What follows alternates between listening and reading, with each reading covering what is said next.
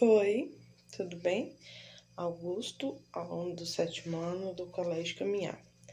Eu, Stephanie, vou interpretar para você uma aula de correção da matéria de ciências. Preste atenção, é importante. Pegue o livro, lápis, borracha, caneta e vamos começar. Bom dia, boa tarde, meninos. Espero que vocês estejam bem. Espero que estejam passando por esse momento dentro de casa, né? Respeitando aí o que foi pedido pelo Ministério da Saúde. Aproveitem para ler um livro, colocar os estudos em dia. Quero aqui relembrar alguns conceitos que nós já falamos dentro de sala de aula, com os exercícios que foi enviado na última aula, tá? Então, o primeiro exercício falou para vocês completarem as tabelas, né? E aí a principal vegetação da floresta amazônica e da Mata Atlântica são árvores de grande porte e densas, né? Tanto a fauna dos dois é muito grande, tem uma biodiversidade muito grande, mas na floresta amazônica é considerada a maior diversidade do mundo.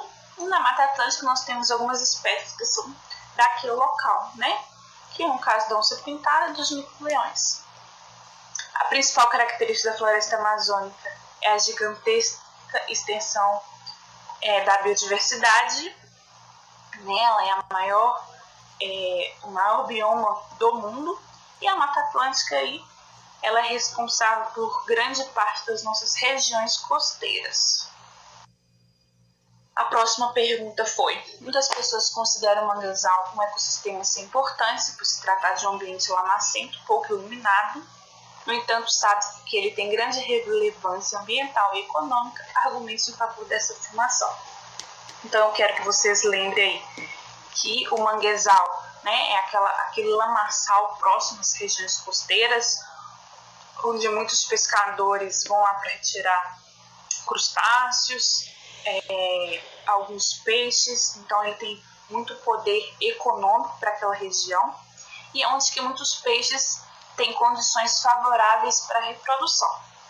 Aí eu coloquei para vocês, no manguezal acontece a reprodução de algumas espécies de peixes, e onde também se encontra a maior quantidade de caranguejos. A próxima pergunta foi: quais são os principais problemas causados pela não preservação da Mata Atlântica? A gente sabe que a Mata Atlântica hoje é o bioma mais devastado, né, no Brasil, devido à grande exploração das pessoas, né, desde quando Portugal chegou aqui no Brasil e usufruiu do que nós tínhamos. Boa parte do que foi levado para fora do Brasil vinha da Mata Atlântica, né? Um exemplo muito grande que a gente tem é o pau-brasil. Então, a influência humana, as construções humanas, né, a exploração humana dessas áreas tem levado à degradação desse bioma. E eu coloquei: a não preservação causa extinção de espécies endêmicas dessas regiões, né, os micos-leões, as onças pintadas, que estão na lista de extinção devido aí à não preservação desses locais. Coloquei outra pergunta que está assim: a barriguda, árvore de aproximadamente 10 metros de altura, é bastante resistente à seca. Recebeu esse nome em referência ao seu caule, que tem capacidade de armazenar grandes volumes de água, podendo chegar a 1 metro de diâmetro. A madeira da barriguda é flexível, suas flores são brancas ou rosas e seus frutos ficam pendurados. Aí a letra A está assim: em qual ou quais ecossistemas é mais provável que ela ocorra? Então, ela é da Caatinga, né, que a gente sabe que a Caatinga ela tem a menor incidência de chuva, os solos são mais secos, e as plantas desse local elas têm que ter mecanismos para sobrevivência naquele ambiente. Então, o ecossistema é a Caatinga. E acabei respondendo a letra B também, né? Devido ao caule ter grande armazenamento de água, ela consegue sobreviver nessa região. Espero que esteja tudo bem até aqui. Então vamos lá para as atividades do livro. Então, na página 35, começa com algumas questões referentes ao capítulo. Algumas são de abordagens com resposta pessoal, mas a gente vai comentando aqui. Então, a primeira questão está assim: entre os biomas brasileiros, um deles é considerado o maior bioma mundial, apresentando maior diversidade. Qual é o nome desse bioma? E nós já falamos que a floresta amazônica é o maior bioma mundial. Ela se encontra no território do norte do Brasil, né? E faz fronteira com alguns outros países também. A próxima pergunta é: o maior bioma mundial e a Mata Atlântica apresentam semelhanças e diferenças entre si. Então a gente já havia, como falado anteriormente, né? As semelhanças delas são que ambas são úmidas, têm decorrência de chuvas constantes, tem grande biodiversidade, né? Os solos são propícios para a plantação. Mas o que diferencia ambas, né, que a floresta amazônica se encontra no norte do Brasil e a Mata Atlântica nas regiões costeiras, né, as regiões litorâneas, que vai lá do Rio Grande do Sul e perpassa aí por longas territórios litorâneos. A questão 3. Um desses dois biomas, nos dias de hoje, encontra-se com menos de 10% da sua vegetação original. Você saberia explicar por quê? A gente já falou também anteriormente que é a Mata Atlântica, né? Devido aí à exploração excessiva que veio desde os portugueses, as expansões urbanas e as indústrias nessa faixa de território, né? No Rio de Janeiro a gente pode ver bem visível isso que a gente está comentando aqui, principalmente onde há os aglomerados, né? Eles se encontram principalmente com a Mata Atlântica, né? E aí acaba desmatando aquele local, a matança de animais de várias espécies que predominavam naquele ambiente para construções de casa. Lá na página 44, começa a falar sobre os rios voadores. O que são os rios voadores? Nada mais é do que nuvens, né, carregadas com águas condensadas, percorrem boa parte da Amazônia, trazendo umidade para as outras regiões, principalmente sul e sudeste, provocando as chuvas. Tem um texto, né, quero ler ele com vocês para a gente discutindo as questões. Assim, os rios voadores são cursos de águas atmosféricos formados por massas de ar carregadas de vapor de água, muitas vezes acompanhadas por nuvens, e são propelidas pelos ventos. Essas correntes de ar invisíveis passam em cima das nossas cabeças, carregando umidade da bacia amazônica para o centro-oeste, sudeste e sul do Brasil. Elas são essenciais para que aconteçam chuvas nessas regiões, tá? E aí a questão está assim: em qual local nasce e qual o caminho percorrido pelo rio voador no Brasil? Então ele vai nascer lá no Oceano Atlântico, ele é empurrado para a Amazônia, onde a gente tem vários rios, e aí com a evaporação desses rios dobra o valor da água, do vapor de água, por causa da floresta. Ela bate nos Andes, né, as cordilheiras dos Andes, e volta rumo ao sul do país, região sudeste do país, provocando as chuvas. A questão 2 trata qual a importância então, da cordilheira dos Andes no fenômeno dos rios voadores. Então, ela tem como função de barreira, de não deixar essa água passar para um outro território. Então, quando ela bate nas cordilheiras, ela volta para o sul e para o sudeste do Brasil, trazendo chuva. A questão 3, ela é pessoal, mas a gente vai comentar aqui um pouquinho. Você concorda com a afirmação sem os rios voadores podem secar os rios do sul e do sudeste? Sim, né? Porque os rios voadores eles vão trazer chuva para essa região. Se diminui a chuva, vai diminuir a vazão dos rios, né? Então, a diminuição do volume de água dos rios daquela região. Tudo bem? Então, vamos lá. Página 45 agora. Ao visitar a Amazônia, o viajante percorreu uma trilha dentro da mata. Mas depois, ao voltar para o mesmo local, ela notou que a trilha estava completamente alagada. Classifica em qual tipo de vegetação essa trilha provavelmente está localizada. Então, ela se encontra na região de várzea, né? O que é isso? É aquela parte da floresta que, em determinadas épocas do ano, ela é inundada pelo rio, e aí formam-se as várzeas. E aí, coloquei aqui para vocês, essa é uma região de várzea que alaga em determinadas épocas do ano, né?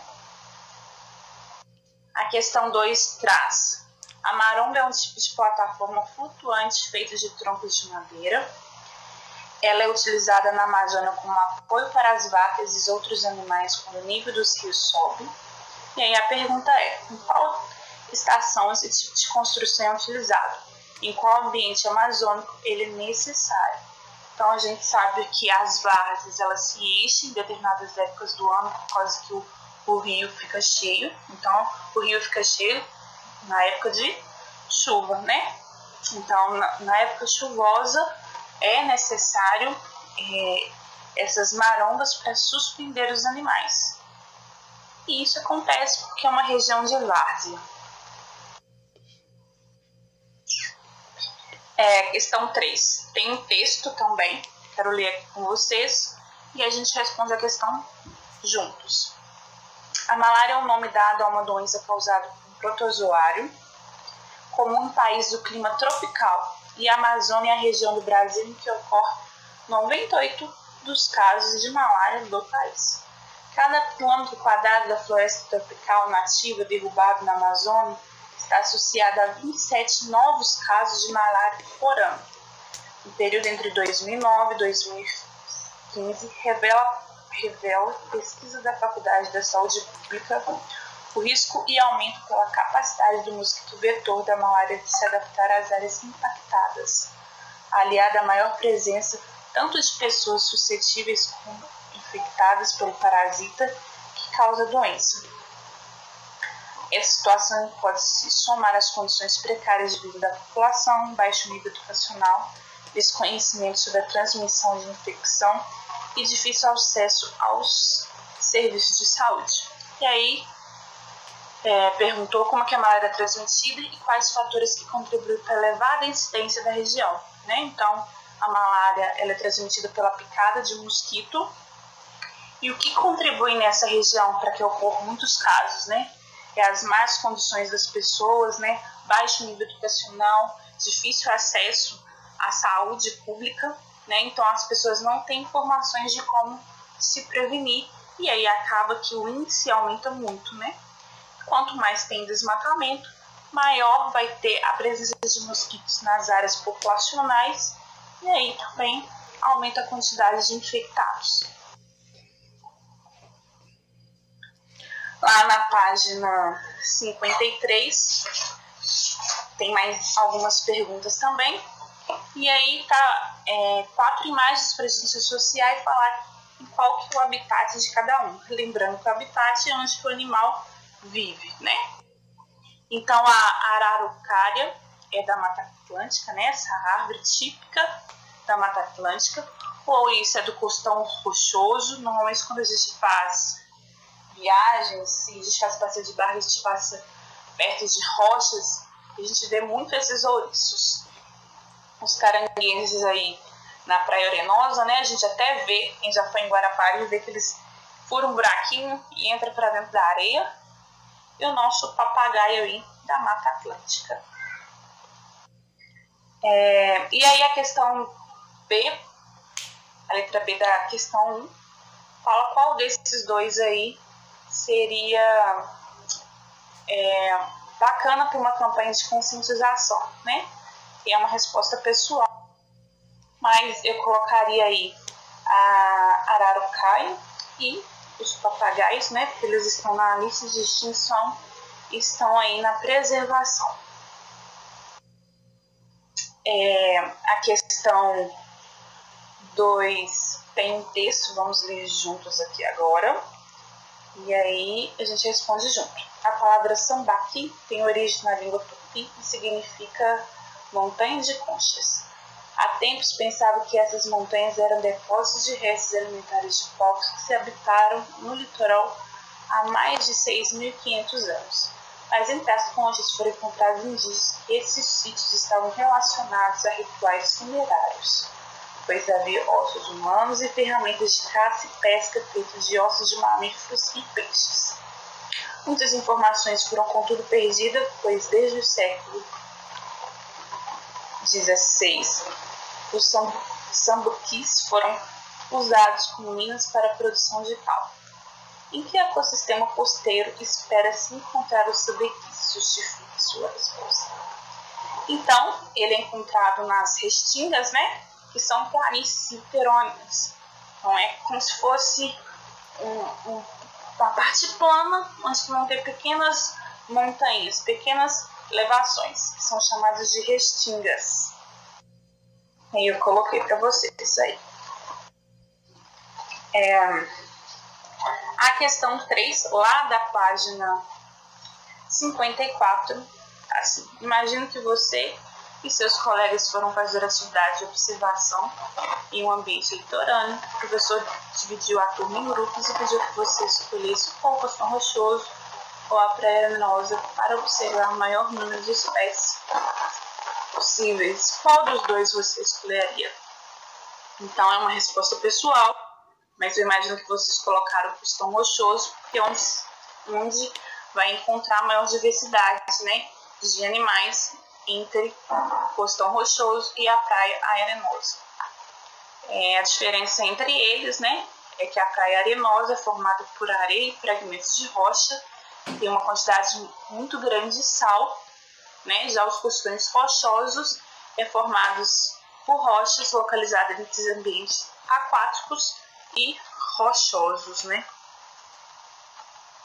E a questão 4 aborda aí duas questões. Tem um texto e letra A e letra B. O texto nos traz assim: nos últimos 50 anos, mais de 500 espécies globais de anfíbios sofreram redução significativa em suas populações. 90 delas foram extintas, em uma perda considerada catastrófica para a biodiversidade. A culpa é uma doença infecciosa causada por um fungo que consome queratina presente na pele das rãs, sapos e salamandras, animais que vivem tanto em ambientes aquáticos como na terra. Essa classe de vertebrados desempenha papéis essenciais na manutenção do ecossistema, são presas de diversas espécies e predadoras de muitas outras, incluindo mosquitos transmissores de doenças como Zika, dengue e chikungunya. O fungo existe em todos os ecossistemas, mas tem maior prevalência entre 20% e 22%. Nos outros, o percentual é de 4%. O fungo precisa de um ambiente úmido e mais frio para sobreviver. E aí a letra A está assim: de acordo com o texto, a prevalência do fungo é maior em um dos biomas brasileiros. Essa presença maior é na Amazônia ou na Mata Atlântica. Então, é na Mata Atlântica, né? O clima da Mata Atlântica é mais ameno. Então, como ele é mais ameno, ele é propício a ter maior quantidade desses fungos.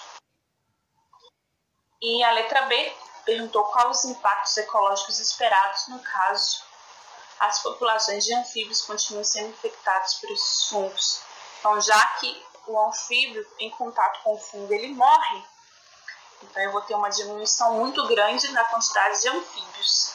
E como os anfíbios eles se alimentam dos mosquitos, se acaba com os anfíbios, eu vou ter maior quantidade de mosquitos, então aumentando a quantidade de doenças, né? Isso aí é uma cadeia alimentar.